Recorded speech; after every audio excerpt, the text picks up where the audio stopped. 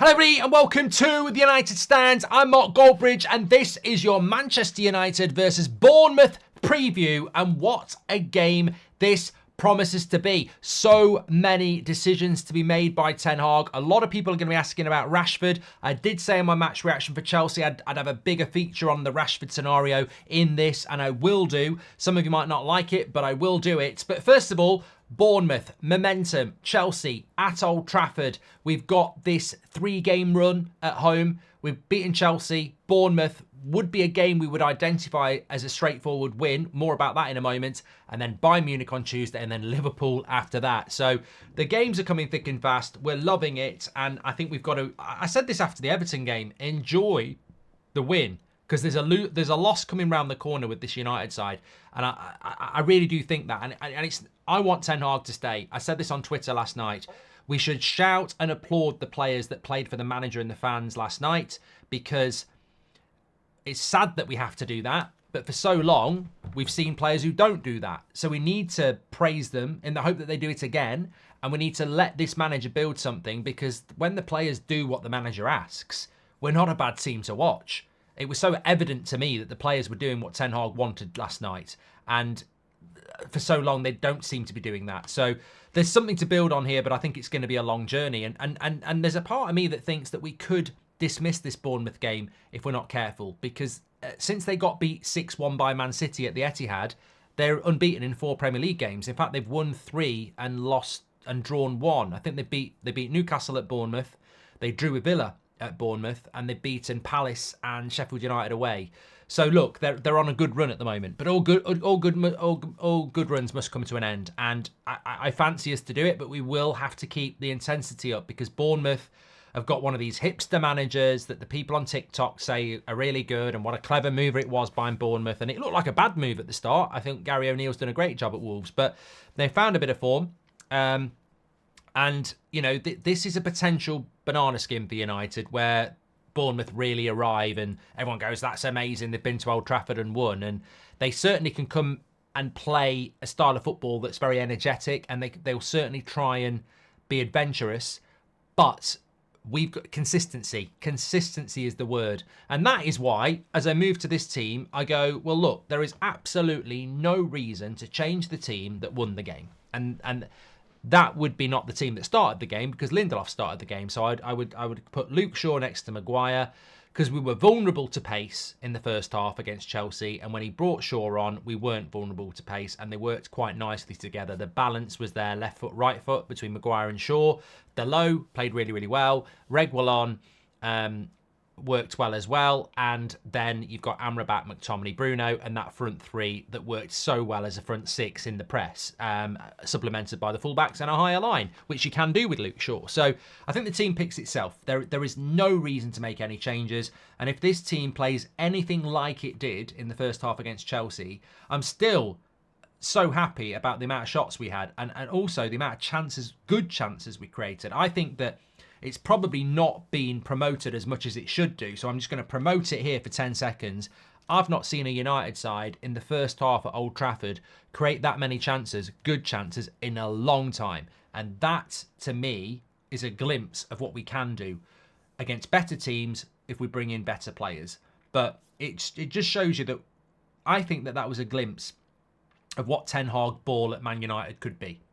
And I tell you what, it might not be 70% possession like Ajax, but I tell you what, it was bloody exciting, and I would like to see it. So that was a glimpse, and we're going to have to do the same against Bournemouth with the same intensity. There cannot be any substitutions. And the interesting thing is, I suppose, the Rashford conversation. Somebody would say, is there any opportunity for Marcus Rashford to come into this game? And there is. There honestly is, because you don't know whether you're going to pick up any knocks. Man United have been very unlucky with injuries, and it would be horrible. We've been unlucky with injuries anyway, but it would be horrible if any of those players picked up an injury ahead of the game, because you don't want to break that up. You don't want to break that momentum up. You want to give them the opportunity that they've earned from beating Chelsea. So I don't want to see any changes, but honestly, if there's an injury, there has to be changes. He also might look at it and go, there's a lot of games to be played. Bournemouth is the easier game on paper between Chelsea, Bayern Munich and Liverpool. So I might make some changes here with an eye on Bayern Munich on Tuesday, because that's a quick turnaround, Saturday, Tuesday. But I think the 3 points are more important. I really do. I think that even if we beat Bayern Munich on Tuesday, there's an opportunity that we finish third anyway. If Copenhagen win, I think that's how it works.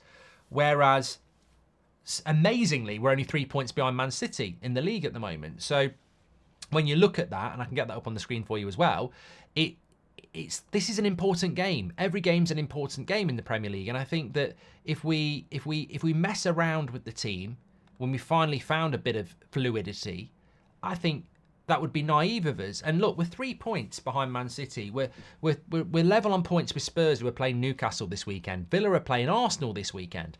I don't think we're good enough to get top four, but football's a weird thing, and the priority has got to beat Bournemouth, get 30 points, and then see. You could be 6 points off Arsenal if they lose against Villa. You could be right behind Villa if Arsenal beat them. And we've got them coming up in a couple of weeks on Boxing Day. So if I'm Ten Hag, I'm thinking, look, beat Bournemouth, and you never know, by New Year's Eve, we might actually be fourth.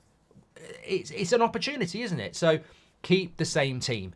What does that mean for Marcus Rashford? And I feel this is a section in itself. And I know a lot of people have had their say, but my feeling about this is that I don't think there's any real reason to overanalyze the Rashford situation. Suffice to say this. Marcus Rashford at the moment is not good enough to be in a Manchester United side. I don't know how anybody would have an issue with that. There's an argument, a very strong argument, to say Marcus Rashford is best, walks into that team. And I agree with that. I'm a fan of Rashford. But what we shouldn't do here is start making enemies of players. When I didn't like Maguire in the team, it wasn't personal. I said some things about how he was performing because I thought he was shit and he cost us goals. But there's never not a way back. And we've seen that with Maguire and we've seen that with Scott McTominay. If you can come back into this team when it needs you and you perform, then you will be respected and praised. If you drop off, you will be criticised. And that's absolutely fine. And the players need to realise that. And I think some players are starting to realise that. And we saw the bravery of Anthony to call people out publicly when he's not been playing well. And then he goes and delivers. And that's absolutely fine. What Marcus Rashford needs to do is stop looking at external reasons to, flex your muscles with your massive reach that you have, that you've earned, and look in the mirror. I think projection is a bad idea when you're not performing well. It's about reflection. Look inside, look at what's going on, and, face the very, very simple scenario that most footballers will face at some point. I'm not playing well. I'm not playing well enough. I don't deserve to be in the team. And be calm with that and motivated to change that. Because I do feel that with certain players in that United squad, they get the hump when they're not in the team. And that's not Rashford. You know what other players I'm talking about. They think they should be in the team and they blame everyone else for why they're not in the team. And what we have seen away from Man United and Man United is you can be out of this team for a while, wait for your opportunity, grab it, and then you stay in there. And that is what Rashford's going to have to do. He's going to have to wait to get his chance and take it. 10 minutes coming on for Rasmus when Rasmus has run his socks off and that's not your game, you're never going to make a difference. I think Rashford's hoping they break away and he scores. But he's never going to do what Rasmus does because that's not what Marcus Rashford is. Marcus Rashford's looking at Garnacho. The future of Rashford is very difficult because he is best in Garnacho's position. But Garnacho is performing better than him and also has a higher ceiling than him. There is a conversation to be had as to where does Marcus Rashford fit into this team. That is a conversation. There is not a conversation that Marcus Rashford needs to be sold because I've just mentioned Matic in the past, Maguire, McTominay, Amrabat, Anthony. There are players, Delo. There are players that are out the team and you think they're never getting back in. And then 2 weeks later, they're playing well and they're back in. We've got to be like this about Man United itself with Ten Hag. We will probably lose at Anfield. I can't see it. I love it, but I can't see it. There's no reason to think we can go there and get a result. Are people going to start shouting Ten Hag out again? Of course they will. If we get beat by 3, 4, 5, they'll go Ten Hag out. You can't do that twice. They'll be wrong, but they'll do it. If Marcus Rashford comes back into this team and scores a hat-trick, people will be saying, oh, haters, sit down. We will have bad results this season. If we can get top 4 again, it would be amazing. Marcus Rashford might suddenly start scoring goals and be our star player again. He might not. We don't know. But That's for him to solve. Where do I see him in the team as on pure opinion? I don't know at the moment. I really don't know, because I've just seen United play against Chelsea, who I don't know how good they are, and I really liked that front three. And I liked it because it's young, it's innocent, and it works hard. And I think that Rashford, Sancho, Martial, Weghorst, all Ronaldo, all the combinations of forwards that we've had over the last few years haven't really done that as a collective, being synergy. But it's one game. It might not work against Bournemouth. It might be a one-off. Maybe Anthony was motivated by what he put out in the press and wanted to prove a point. Maybe Rasmus gets an injury or something like that. So there's always going to be an opportunity for a Rashford to come back into the team, and I guarantee he will do. But I want him to come back into the team because he dislodges someone. I don't want him to come back into the team because we get an injury. And that's going to be interesting, because I think Marcus Rashford wants to play on the left. And you've got Garnacho, who Real Madrid are going to be looking at in the next few years. That's how good he's going to be. So you've got a massive problem there. Left wing is the position that Rashford wants. Is he a centre forward? He can score your goals, but he's not going to do the job that Rasmus does, or a Harry Kane does, or anyone like that. Can he play off the right? Yes, he can, but he's right-footed, and I don't think he likes it, because he's got to be more creative because he can't shoot. So where Rashford fits into this team is not my problem. But I look at it and go, well, first of all, he's got to play like the Marcus Rashford that we know he can be. And then it gets interesting, because you're going to have to... You're in a position you want to be as a coach. You are going to have to leave out a player that you don't want to leave out because someone else is playing well. But I think quite rightly, gone are the days where Marcus Rashford just starts every game. And I think that Chelsea game was symbolic, because Ten Hag all season has stuck by a player that was massive for him last year and is the star of the team. Wages-wise, status-wise, performance-wise, last year he was player of the year. Ten Hag, week after week, in every press conference, was like, he'll score, Rashi will score, Rashi will score, we stick with him. And I agree. And I said it last night as well. The sobering point is that it's now early December and Rashford's still not playing well. This has been going on all season. The season started in August. And I think it's got to a point where Ten Hag has had to go, look, I want to stick with you. I'm trying everything. It's just not working. I'm going to have to bench you. And this might work. Maybe being on the bench will be a kick in the teeth that, sparks something.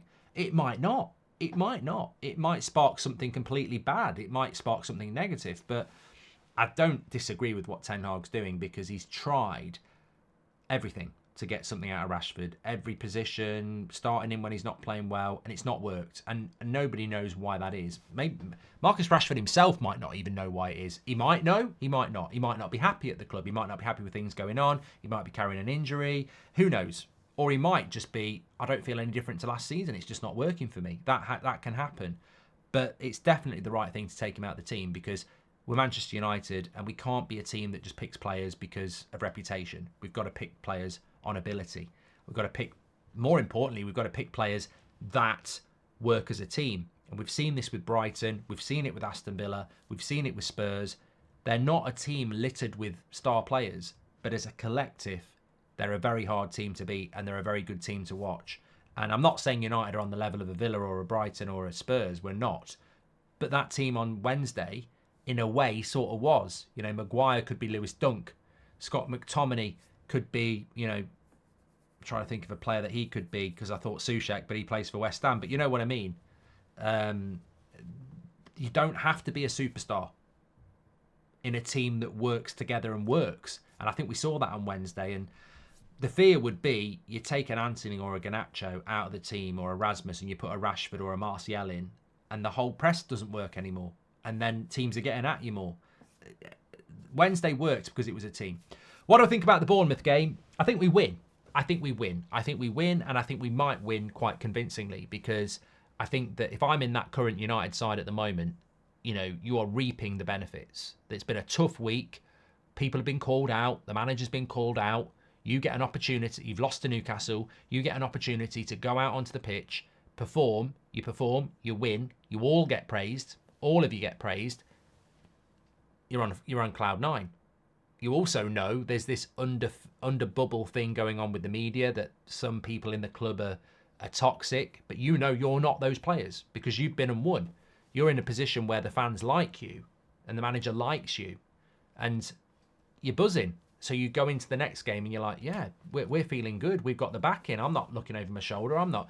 So I fancy United to go and win this game, and it would be a really good 3 points to go and get with some difficult games on the horizon, as we know. Liverpool, West Ham away, Aston Villa at home. But I fancy us to win against Bournemouth. And I'll probably say 3-0. But if we drop, and my only fear is, we've seen with United before, bad result, can find a good result, but can't find consistency. And, you know, if there's any drop-off against Bournemouth, you know, if Anthony has a bad hour, on comes Rashford. If Højlund has a bad hour, on comes Martial. If Amrabat has a bad hour, you know, and again, those subs happen again, and then suddenly ahead of Bayern Munich, you don't know what your 11's going to be. And I've got no problem with those players coming on if people play badly, but this is the problem. Ten Hag has to change his team all the time. Consistency is key. And I want to see this team play against Bournemouth and then be favourites to play against Bayern Munich and then take it to Liverpool. You've got to have... The reason why Liverpool and Aston Villa and Arsenal and Man City and everyone else are up at the top is because they know, these managers know what their best team is. They can tinker with it a little bit here and there, rotation for fitness reasons, but they know what their best team is. I think at the moment this is our best team.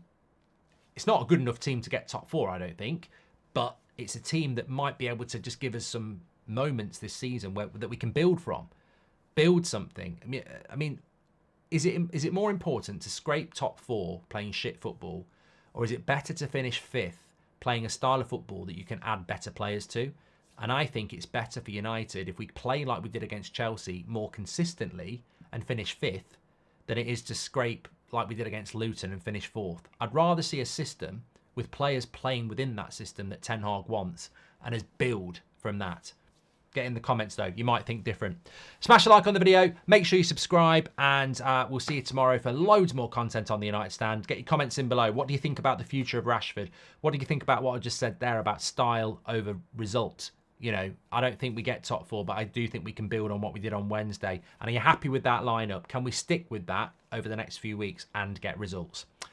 And how are you feeling about Ten Hag? Get your comments in below. I'll speak to you on the next one.